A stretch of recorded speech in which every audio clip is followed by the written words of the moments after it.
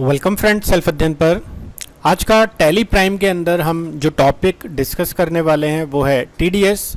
और TDS non salary से related जो भी हम सर्विस के रिगार्डिंग पेमेंट करते हैं और जो पेमेंट हम कर रहे हैं अगर उसकी थ्रेशोल्ड लिमिट्स क्रॉस कर जाती है तो हमें वहाँ पर टीडीएस डिडक्ट करना होता है। तो वही इस चीज़ के कंसेप्ट को हम आज की वीडियो में देखने वाले हैं। सबसे पहले हम टीडीएस क्या होता है ये जान लेते हैं। टीडीएस से मतलब हमारा जो टैक्स डिडक्ट होता है, जो भी सोर्स पर, जो भी इनकम पर हम टैक्स डिडक्ट करते हैं, ये इनकम टैक्स एक्ट में यहाँ से किसी पर्सन पर या किसी कंपनी पर जो भी पेमेंट रिक्वायर्ड होती है उस पर हमें टैक्स डिडक्ट करना होता है। जो भी हमने उससे सर्विसेज ली है, चाहे वो एजेंसी हो, चाहे वो सीए फर्म हो या किसी भी तरीके की प्रोफेशनल चार्जेस फीस पर हमने जो पेमेंट की है उस पर हमें टैक्स डिडक्ट करना होता है और गवर्नमेंट को उसको पे करना होता है। तो TDS has to be deducted at the rates prescribed by the tax department. उस चीज़ को हम डिस्कस करेंगे।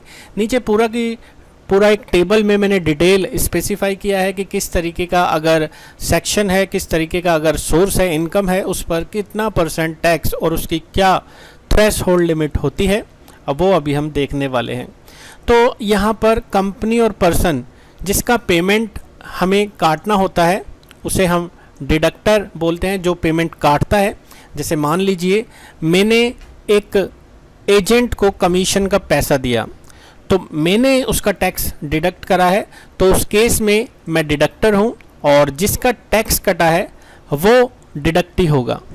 अब टीडीएस जो डिडक्ट होता है वो किन किन पर होता है, जैसा कि मैंने आपको क्लियर कर दिया कि हमें जो भी सर्विसेज के रिगार्डिंग हम पेमेंट कर रहे हैं उस पर हम टीडीएस चार्ज कर रहे हैं। गुड्स पर नहीं होता, ओनली सर्विसेज पर होता है। जैसे हमने कोई इंटरेस्ट पेमेंट की है बैंक्स को, उस पर हमें जो पैसा जो टीडीएस कटना है, कमीशन का पेमेंट है, रेंट का पेमेंट है, कोई भी कंसल्टेंसी फ़ीस है या प्रोफेशनल फ़ीस है, जो भी डिडक्शन होता है वो हमें गवर्नमेंट को 7 तारीख को, जैसे हमारा जो डिडक्शन हुआ है, जो हमारा बिल रिसीव हुआ है वो 20 जुलाई है तो हमें 7 अगस्त तक उसका पेमेंट पोर्टल पर करना होता है।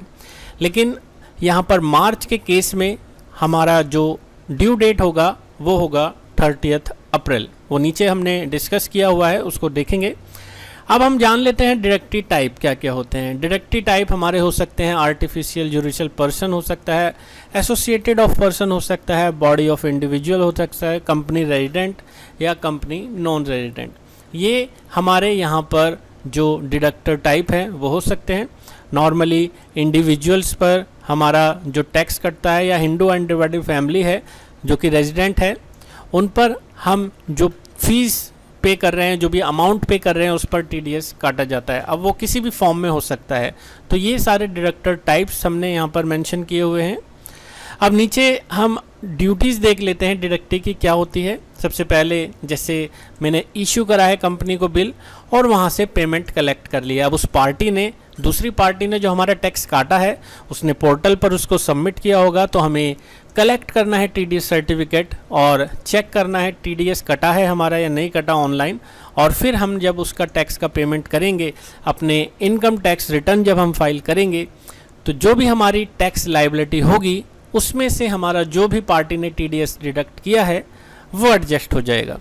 एग्जाम्पल के लिए सपोज़ हमारा 10,000 का हमें इनकम टैक्स भरना है और जो कंपनी ने हमें प्रोफेशनल फ़ीस पे चार्ज किया है या किसी भी तरीके का हमें दूसरी पार्टी से इनकम हुआ है उस पर हमें 8,000 का हमारा टीडीएस काटा गया है। तो उस केस में हमारा जो पेबल अमाउंट होगा वो 10,000 में से 8,000 घटाने के बाद 2,000 का हमारा पेबल होगा जब हम इनकम टैक्स रिटर्न को फाइल करेंगे। तो ये हमारा पोर्टल पर दिखता है। ऐसा नहीं है कि हम जो भी टैक्स कटवा रहे हैं वो हमारा एक तरीके का लॉस है, वो हमारा लॉस नहीं है।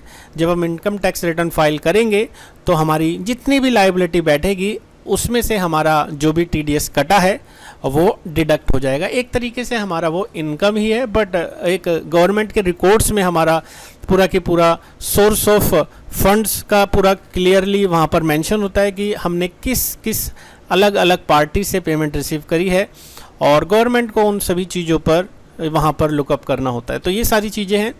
अब हम बात कर लेते हैं डिडक्टर एंड 10 की, यानी कि जो टैक्स काट रहा है वो कौन है। उसके पास पूरा 10 नंबर होना चाहिए, उसके पास जब 10 से वो आपका TDS डिडक्ट कर लेगा तो उसका डिपॉजिट करेगा, आपके अगेंस्ट आपका रिटर्न फाइल करेगा और आपको वो TDS सर्टिफिकेट इशू करेगा। जैसे कि हमने ऊपर के केस में देखा था कि आपको यहाँ पर TDS सर्टिफिकेट रिसीव होगा कब, जब पार्टी ने आपका TDS रिटर्न फाइल किया होगा।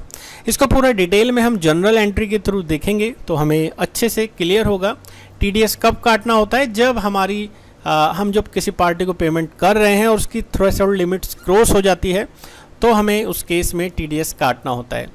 एग्जाम्पल के लिए एक पार्टी को मैं रेंट का पेमेंट कर रहा हूँ हर महीने, और जो रेंट का थ्रेशोल्ड लिमिट होता है वो होता है 1,80,000 रुपये। इन केस में हर महीने 10,000 रुपये दे रहा हूँ, सालाना बैठता है 1,20,000, तो उस केस में हमारा कोई TDS हमें नहीं काटना। लेकिन अगर हमारा अमाउंट 1,80,000 को क्रॉस करता है तो उस केस में हमें TDS काटना होगा। तो क्या जनरल एंट्री होगी, कैसे हमें काटना है, कैसे टैली में हमें उस चीज़ को रिकॉर्ड्स करना है, वो सारी चीज़ें हम डिटेल में देखने वाले हैं। तो ये चीज़ें हमने क्लियर कर ली है कि हमें TDS कब पे करना है। तो इस चीज़ को हम जान चुके हैं कि TDS कैलकुलेशन होता है थ्रेशोल्ड लिमिट्स के बेस पर। एग्जाम्पल एक दिया हुआ है कि मिस्टर वीर ने 9,000 रुपये गेम्स से अर्न किए हैं, गेम्स विनिंग फ्रॉम गेम्स है, और एज पर जो टैक्स स्लैब है उसमें अगर आपकी इनकम मोर देन 10,000 होती है गेम्स इनकम में, तो ही आपको यहाँ पर 30% टैक्स डिडक्ट होगा। इसका मतलब यहाँ पे 9,000 पर कोई TDS डिडक्ट नहीं होगा। अगर इस केस में 12,000 होता तो फिर यहाँ पर 12,000 पर 30% TDS डिडक्ट होता, जो कि थ्रेशोल्ड लिमिट को क्रॉस कर जाता। तो वो पूरी स्लैब रेट हम यहाँ पर देखेंगे। कुछ इंपॉर्टेंट पॉइंट्स हैं, जैसे कि मैंने आपको बताया कि TDS कब काटा जाना चाहिए, जब हमें किसी पार्टी से बिल रिसीव हुआ है या हमने पार्टी को पेमेंट की है। इन दोनों में से जो भी पहले आएगा उसको हमें एंट्री पोस्ट करनी है, और अगले मंथ की 7th को हमें जो TDS है वो पोर्टल पर सबमिट करना है। मार्च के केस में हमारी जो डेट है वो 30 अप्रैल रहती है। और ये नेचर ऑफ पेमेंट्स यहाँ पर मेंशन है, ऊपर आप रेड पॉइंट में देखेंगे।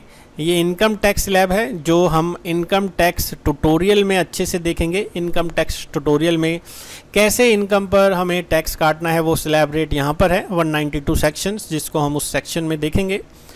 हम बात कर रहे हैं टैली के अंदर हम TDS नॉन सैलरी से रिलेटेड कैसे एंट्री को पोस्ट करेंगे। आप देखेंगे सारे सेक्शंस यहाँ पर मेंशन है।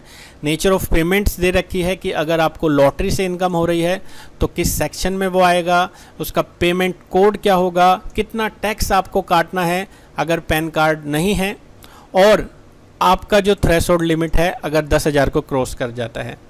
इसी तरीके से सारी यहाँ पर स्लैब रेट्स दी हुई हैं। आप इस PDF को वीडियो के डिस्क्रिप्शन से भी डाउनलोड कर सकते हैं। यहाँ पर पूरा स्लैब रेट देने के बाद आप पूरा के पूरा यहाँ पर हम एग्जाम्पल देखेंगे सबसे पहले, और इसको आप डिटेल में एक बार देख लेना, क्योंकि सारी जो टाइप्स ऑफ इनकम है, जैसे मेन हमारी है फीस फॉर प्रोफेशनल और टेक्निकल सर्विसेज की, रेंट क्या हो गया और प्लांट एंड मशीनरी रेंट का हो गया। दोनों में फ़र्क है। प्लांट एंड मशीनरी अगर हमने रेंट पर ली है तो उसका जो सेक्शन है 194 आई तो रहेगा, लेकिन जो परसेंटेज है वो डिफरेंट है। यहाँ पर होगा rent of plant and machinery 2% रहेगा। ओनली रेंट है आपने बिल्डिंग रेंट पर ली है, उसका आप पेमेंट कर रहे हैं तो उस केस में 10% रहेगा।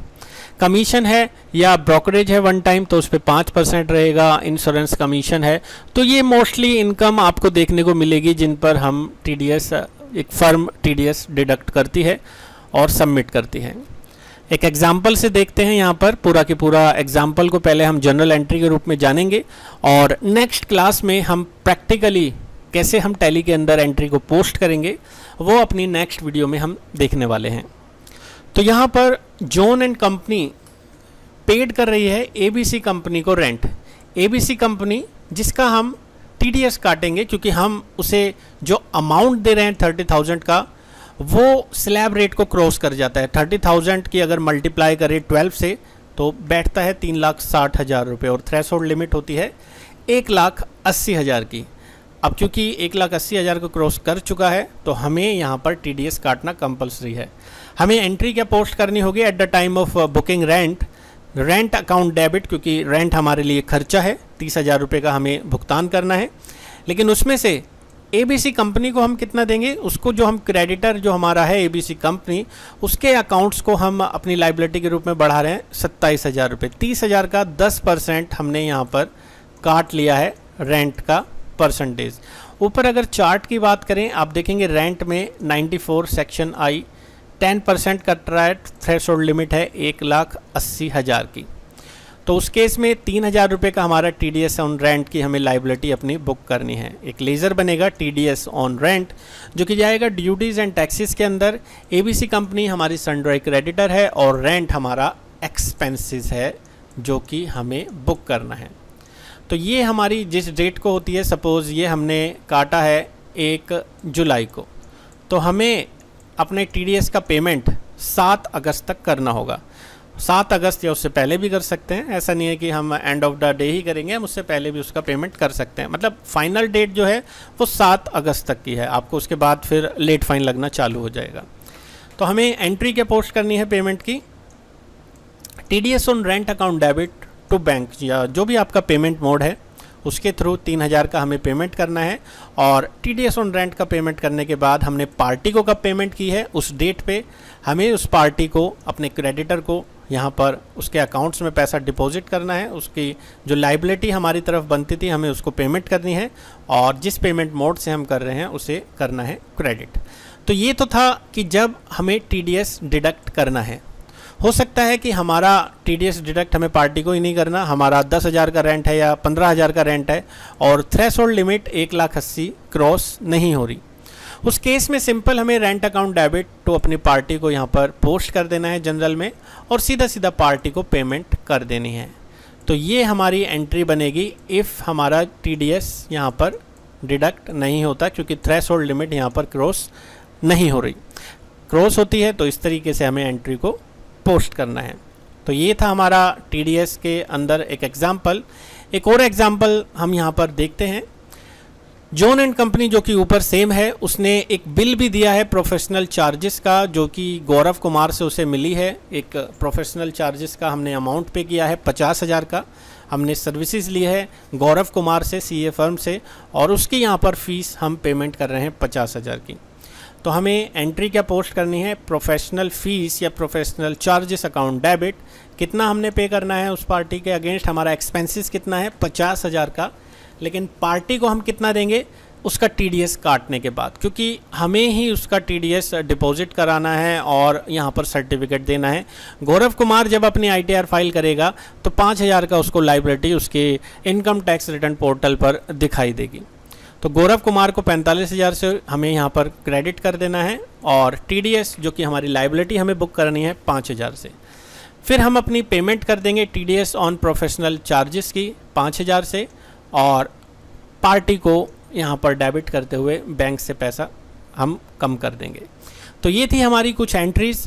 नेक्स्ट क्लास में हम इन्हीं एंट्रीज़ को, इन दोनों एग्जाम्पल्स को प्रैक्टिकली टैली में देखने वाले हैं, और उसके बाद कुछ और भी क्वेश्चंस हैं TDS से रिलेटेड जो आप यहाँ पर देख सकते हैं। इन क्वेश्चंस की आप जनरल एंट्री बनाकर इसी वीडियो के डिस्क्रिप्शन में पोस्ट कर सकते हैं, जो भी आपका एंट्री है क्वेश्चन 1 से रिलेटेड, क्वेश्चन 2 से रिलेटेड और 3 से रिलेटेड। तो मैं आपको कमेंट्स में बता दूंगा कि आपने एंट्री क्या की है, क्या आपका TDS होना चाहिए हर अमाउंट के लिए, क्वेश्चन 1 के लिए, 2 के लिए, 3 के लिए, वो आपको स्लैब रेट ऊपर से दिख जाएगा। आप चाहें तो इसका स्क्रीनशॉट भी यहाँ से ले सकते हैं। तो ये था हमारा एक छोटा सा वीडियो TDS के ऊपर। होपफुली ये वीडियो आपको क्लियर हुआ है। आप अपने कमेंट्स करके ज़रूर बताएं, और आने वाली वीडियोस में हम प्रैक्टिकली देखने वाले हैं कि इसको टैली में कैसे पोस्ट करना है।